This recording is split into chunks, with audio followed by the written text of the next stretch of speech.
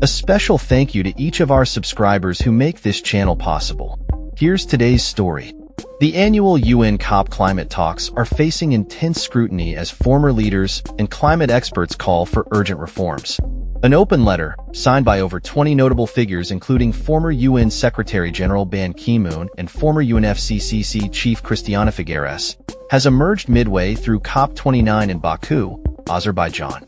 The letter criticizes the current COP process, stating it is no longer fit for purpose and unable to deliver the necessary changes to combat climate change at the speed and scale required. Delegates from nearly 200 countries have gathered with the primary goal of establishing a new financial target to help developing nations adapt to climate change and recover from devastating weather events.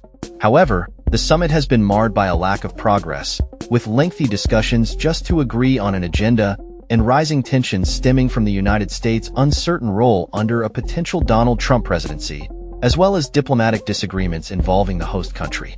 The letter from climate experts emphasizes the need for a shift from negotiation to implementation, advocating for a more effective approach that prioritizes urgent energy transitions and the phase-out of fossil fuels.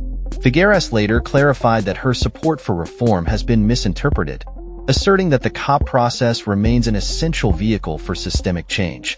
Critics, including leaders from Barbados and Albania, have echoed calls for reform, highlighting the need for more action and less photo opportunities at the summit. Yalchin Rafiev, the COP29 presidency's lead negotiator, defended the process, citing its achievements in reducing projected warming and delivering financial aid.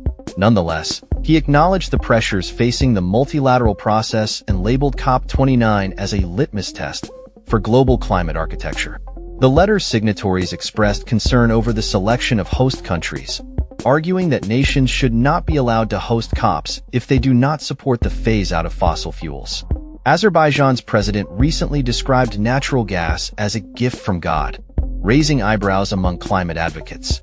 The authors stressed that host countries must demonstrate a high level of ambition in upholding the Paris Agreement's goals. They are also advocating for smaller, more frequent COPs with clear accountability for commitments made by countries. As the world grapples with increasing climate-related disasters, the urgency for reform in the COP process has never been more critical. The open letter serves as a clarion call for immediate action and accountability in addressing the climate crisis.